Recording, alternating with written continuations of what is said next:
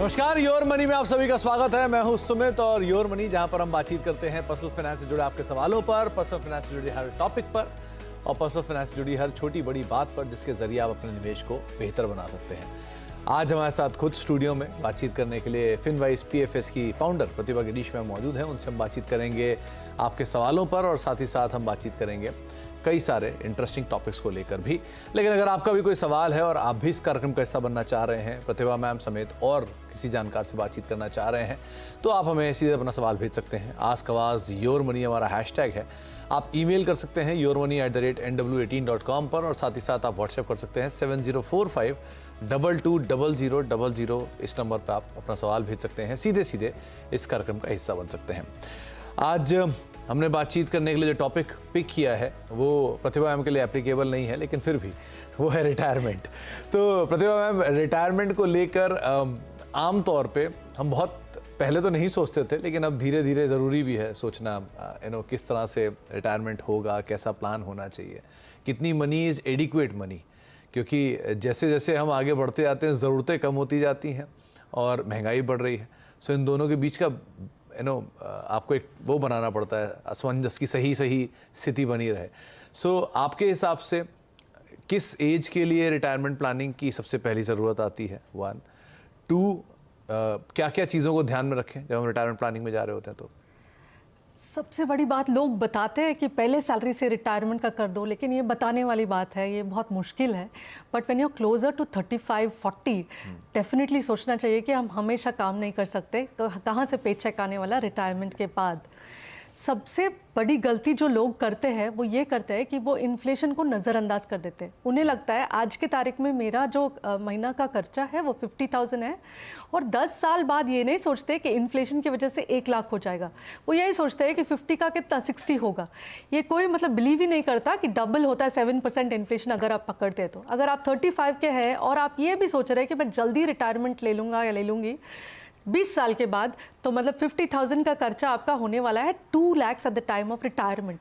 और क्योंकि आप रिटायर हो गए, आप इन्फ्लेशन तो काम करना बंद नहीं करेगा। रिटायरमेंट के बाद भी वो 2 लाख 4 होगा, 4-8 होगा, तो बहुत बड़ा रकम की ज़रूरत है। तो बहुत देर ना करते हुए definitely by 35-40 one should start having a proper plan in place for the corpus. तो देखिए प्रतिभा मैम, इंडिया जो है ये एक यंग इकोनॉमी बोलते हैं इसको, कि हम बहुत यंग इकोनॉमी है। लेकिन जैसे जैसे ये रिटायरमेंट की एज तक हम पहुँचेंगे, यानी कि 20 साल बाद या 25 साल बाद, यही यंग पॉपुलेशन ओल्ड पॉपुलेशन बन चुकी होगी।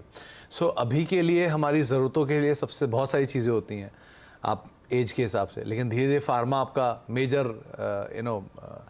आपका कंजम्पशन होता है।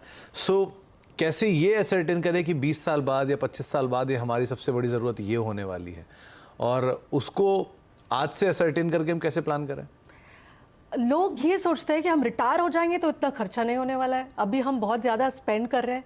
लेकिन हम जो है रिटायर्ड क्लाइंट्स के साथ बहुत वर्क करते हैं और हमने ये देखा है कि उनका खर्चा चेंज हो जाता है। आज की तारीख में वो शायद मूवीज़ कर रहे हैं, ज़्यादा वेकेशंस तो तभी भी करेंगे, और बाहर खा रहे हैं, कुछ मतलब लाइफस्टाइल एक्सपेंसेस उस तरीके के होते हैं, और मेडिकल नहीं होता।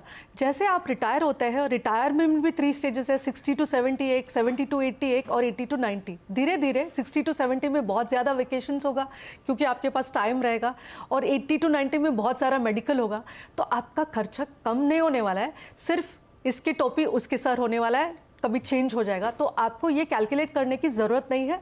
आम तौर पे लोगों का मेडिकल एक्सपेंसेस, जो लाइफस्टाइल चेंजेस होते हैं, जैसे ज़्यादा बाहर नहीं जा पाते, ज़्यादा खा नहीं पाते, तो वो सब मेडिकल एक्सपेंसेस में आ जाता है। हाँ, मेडिकल इमरजेंसीज वो अलग बात है, उसके लिए तो प्लान करना बहुत ही मुश्किल है। फिर भी एक मेडिकल इमरजेंसी कॉर्पस रखना ज़रूरी मानती हूँ मैं।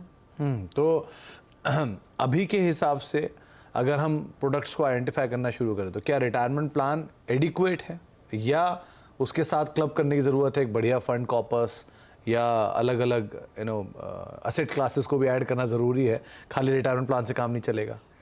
मैं तो मानती हूँ रिटायरमेंट प्लान लेना ही नहीं चाहिए, उसको मतलब बांध के रखता है कि आपको 60 में ही पैसा निकालना है। हमारा पैसा है, अगर हमें लगता है ये रिटायरमेंट फंड अच्छा नहीं कर रहा है तो हम चेंज कर लेंगे। तो म्यूचुअल फंड में एक्यूमुलेशन जो स्टेज बोलते हैं, जब आप पैसा इकट्ठा कर रहे हो रिटायरमेंट के लिए, तब आपको ये नहीं सोचना कि रिटायरमेंट प्लान में जाओ कि चाइल्ड वेलफेयर प्लान में। Mutual funds, general mutual funds are a good story.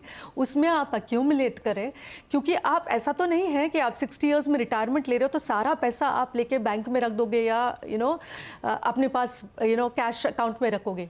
तभी भी आपका इक्विटी में रहेगा, क्योंकि रिटायरमेंट के बाद 60 में अगर आप रिटायर होते हैं तो 1/3 हिस्सा आपका रिटायरमेंट में जाने वाला है, तो इक्विटी में तो रहने ही वाला है। Normal mutual funds are a good story. सिर्फ ये जानना ज़रूरी है कि इन्फ्लेशन बहुत हैवक क्रिएट करेगा, इसके लिए बड़ा सा कॉर्पस करे और थोड़ा बफर भी रखे मेडिकल इमरजेंसी के लिए। न जाने कौन डिपेंडेंट हो जाएगा, हम ये नहीं सोचते कि बच्चे डिपेंडेंट रहेंगे, बाई चांस हो गए तो उनके लिए भी एक छोटा सा कॉर्पस रखना ज़रूरी है। तो कितना पैसा एनुअली निकालना ज़रूरी, पहला कोई स्पेसिफिक प्लान जिसके तहत चला है वो 4% वाला या बाकी बकेट लिस्ट वाला, सो कोई ऐसा प्लान जो आपने स्पेसिफिकली समझते हो कि हाँ ये होना ज़रूरी है आपके रिटायरमेंट के लिए? जैसे मैंने बताया, एक्यूमुलेशन स्टेज में कोई भी म्यूचुअल फंड में करे, लेकिन उसको ईयर मार्क ज़रूर करे, ये मेरा रिटायरमेंट का पैसा। जब आपको मन करेगा कि मुझे इंटरनेशनल ट्रिप करना है तो आप ये सोचो कि मैं रिटायरमेंट में क्या करूँगा। अभी तो इंटरनेशनल ट्रिप कर लूँगा, लेकिन बाद में रिटायरमेंट में क्या होने वाला है। तो ये 4% रूल वगैरह, ये थंब रूल ईजिली वर्क नहीं करता, कस्टमाइज होना चाहिए, क्योंकि आप कितना समय तक जीने वाले हो पता नहीं। आज की तारीख में 90 ईयर्स तक जीते हैं लोग, और ये जो 4% रूल है वो हिस्टोरिक रिटर्न्स के से है, फ्यूचरिस्टिक रिटर्न्स के हिसाब से नहीं। और भगवान ना करे आपने रिटायर हो गया और उसके बाद 4-5 साल बहुत बुरा गया, वॉलेटिलिटी डाउन हो गया, तो सीक्वेंस ऑफ रिटर्न्स जो बोलते हैं उसकी वजह से आप इफेक्ट हो जाओगे। बकेट स्ट्रैटेजी बहुत अच्छा है कि आप पहले 3 साल का जो रिटायरमेंट के बाद का पैसा उसको बिल्कुल सेफ रखें, डेट में रखें, उसके बाद के 3 साल का थोड़ा हाइब्रिड में रखें, और बाद का जो है वॉलेटाइल एसेट्स जैसे कि इक्विटी म्यूचुअल फंड में रखें, क्योंकि अगर वॉलेटाइल भी होगा तब तक संभल जाएगा। तो पहली प्रेफरेंस आपकी 35 से 40 के आसपास आपको रिटायरमेंट प्लान करना चाहिए। एक चीज़ जो हम अक्सर मिस कर जाते हैं कि जैसे जैसे हमारी एज बढ़ेगी, बहुत सारी इंश्योरेंस कंपनियां, हेल्थ इंश्योरेंस कंपनियां बहुत सारी बीमारियों को कवर भी नहीं करती हैं। तो उस सिचुएशन के लिए पहले से आप कैसे तैयार हों, अदर देन योर इन्वेस्टमेंट्स? 100% सही बोला आपने। ये इंश्योरेंस जो है, हमें लगता है हमेशा इंश्योरेंस कंपनी हमारे पीछे रहेंगे इंश्योर करने के लिए। जब आपका हेल्थ प्राइम में होता है, अच्छा होता है, तो अब हर कंपनी आपको इंश्योरेंस देगा। जब आपको कुछ भी लाइफस्टाइल डिजीज़ हो जाता है 40 के बाद, ब्लड प्रेशर और डायबिटीज़ तो हर कोई को हो ही जाता है, बहुत लार्ज मेजॉरिटी को होता है, तब वो नहीं इंक्लूड करते या फिर उसमें लोडिंग हो जाता है। तो पहले से भले ही आपका कंपनी का इंश्योरेंस हो, हेल्थ इंश्योरेंस, अपने पर्सनल हेल्थ इंश्योरेंस लेना बहुत ही ज़रूरी है। उसके लिए आप वेट मत करें कि रिटायर होने के बाद, कंपनी छोड़ने के बाद, अब भी लीजिए और अच्छा खासा रकम लीजिए। 1-2 लाख से कुछ नहीं होता, सिर्फ टिक मार्क एक्टिविटी है। मेरे हिसाब से 15 से 20 लाख का इंश्योरेंस हर कोई का होना चाहिए। तो इंश्योरेंस पहली प्रायोरिटी, हेल्थ और लाइफ में भी कुछ कर सकते हैं इसमें? लाइफ तो जैसे जैसे आपका एज बढ़ता है, आपने कॉर्पस बना लिया होगा तो आपको ज़रूरत नहीं पड़ेगी, लेकिन लाइफ इंश्योरेंस भी लेना ज़रूरी है। अगर आप एक्यूमुलेशन स्टेज में हो 35 से 40, हम ये मान के चल रहे हैं कि आप आगे जाके भी एक्यूमुलेट करोगे, लेकिन क्या होगा अगर ऐसा नहीं होगा, आप रहोगे नहीं, तो आपकी फैमिली बहुत दिक्कत में आ जाएगी। इसलिए लाइफ इंश्योरेंस भी ज़रूरी है। जितना जल्दी ले सके उतना कम आपका प्रीमियम जाने वाला है। At least till the age of 55-60 आपका होना चाहिए लाइफ इंश्योरेंस। तो हेल्थ इंश्योरेंस, लाइफ इंश्योरेंस और प्लानिंग का समय, ये 3 चीज़ें तो पहली प्रायोरिटी हैं जिनको आप रखिए, और फिर धीरे धीरे exposure accordingly equity based funds के अंदर या फिर अदरवाइज भी करते रहिएगा। लेकिन हाँ, अवॉइड करने वाली चीज़ नहीं है, इसलिए इसको हमने अवॉइड नहीं किया, हमने इसको शामिल भी किया। आगे बातचीत करेंगे हम प्रतिभा से इसके ऊपर, लेकिन कुछ दर्शक भी मौजूद हैं ना, उनसे पहले बातचीत कर लेते हैं। रजनीश वर्मा जी हमारे साथ मौजूद हैं भिवानी से बातचीत करने के लिए। वर्मा साहब नमस्कार।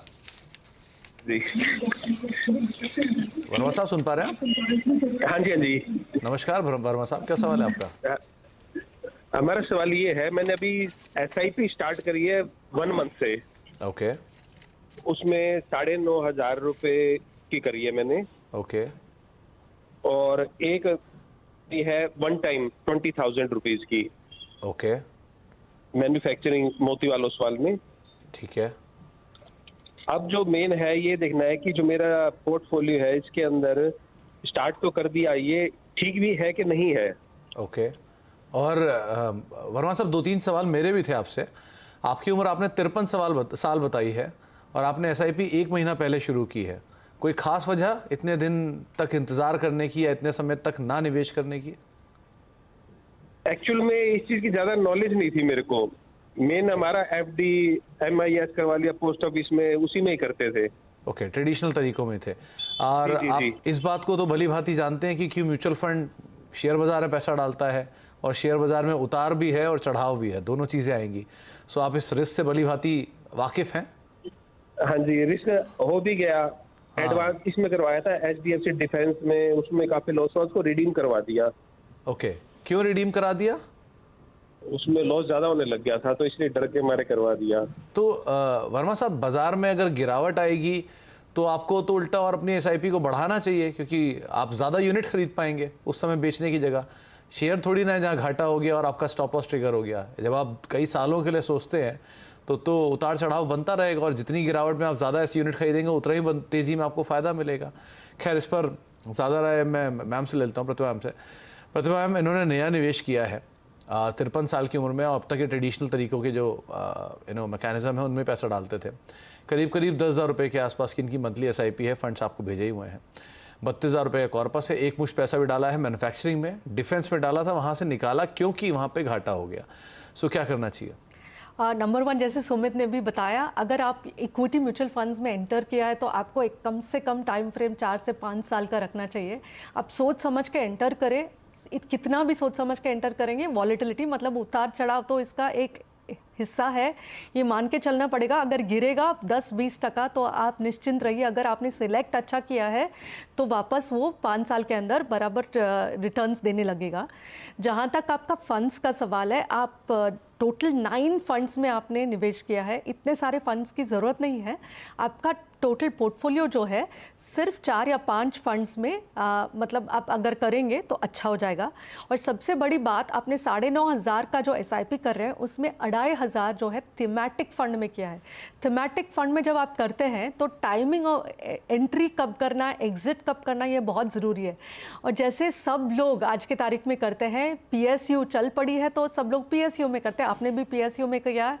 मैन्युफैक्चरिंग में आपने एक मुश्त किया, दैट्स ओके, बट PSU में आपका 2 SIP चल रहा है और एनर्जी अपॉर्चुनिटीज़ ICICI का उसमें है।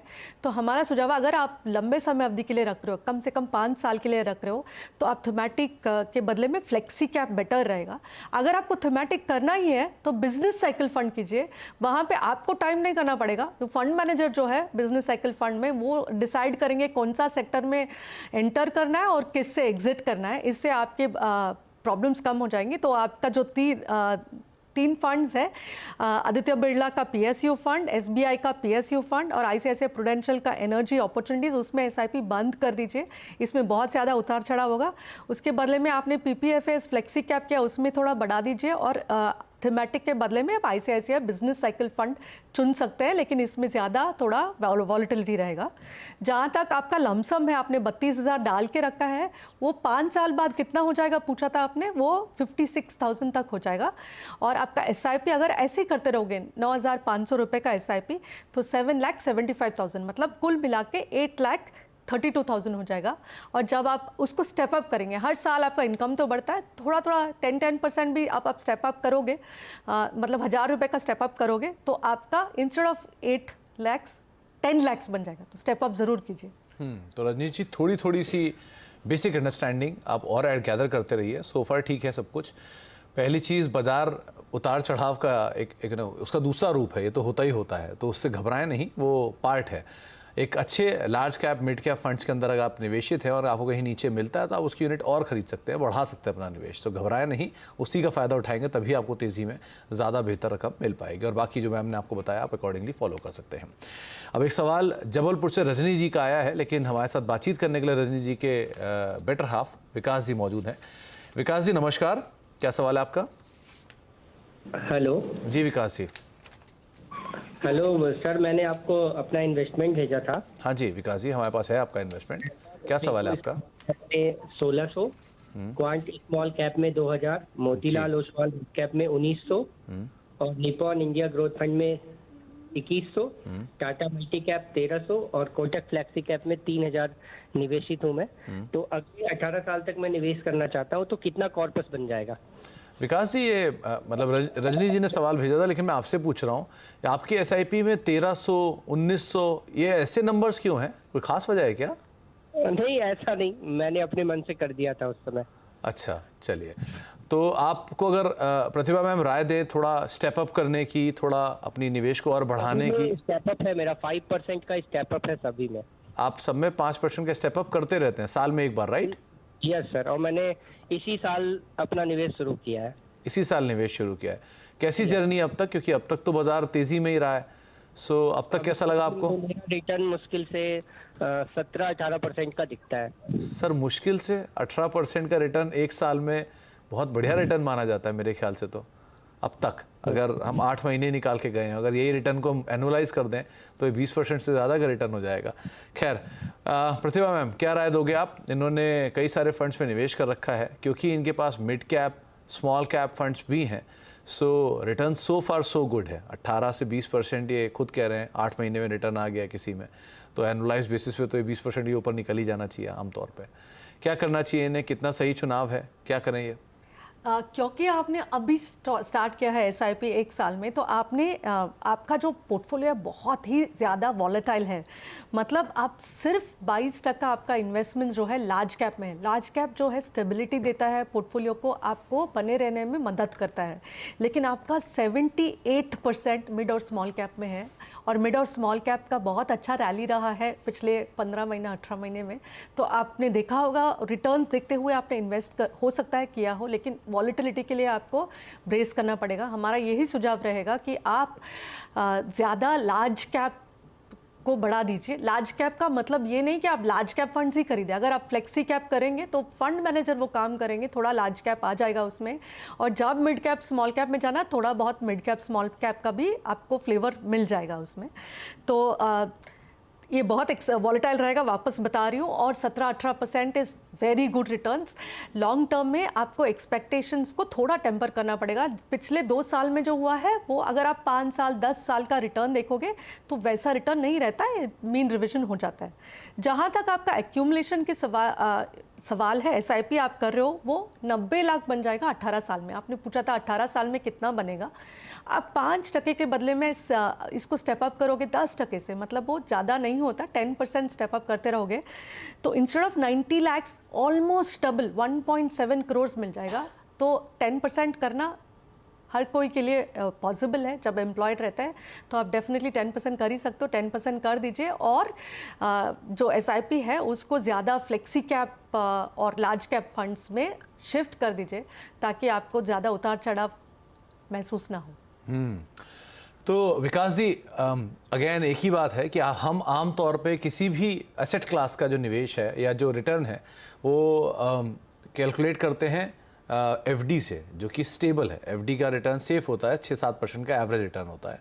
गोल्ड का 10% मान लीजिए एवरेज रिटर्न। रियल एस्टेट का कंपाउंडेड एवरेज रिटर्न करीब 11-12% होता है, और म्यूचुअल फंड का करीब 15 से 17% अपर एंड पे, लोअर एंड पे 12 से 13%, और इक्विटी 16-17% डायरेक्ट एक्सपोजर।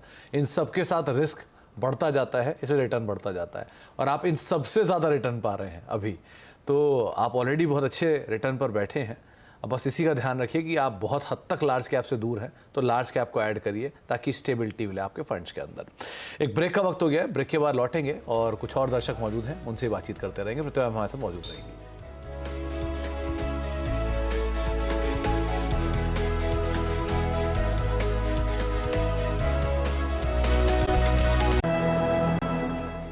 आप देख रहे हैं योर मनी, और हमारे साथ प्रतिभा में मौजूद हैं, जिनसे आज हम बातचीत कर रहे थे रिटायरमेंट प्लानिंग को लेकर भी, और साथ साथ कई दर्शकों सवालों के जवाब भी लिए। प्रतिभा में समय भी अभाव था, तो टॉपिक भी लंबा था, तो इसलिए अब सीधे टॉप 4 फंड आपकी तरफ से।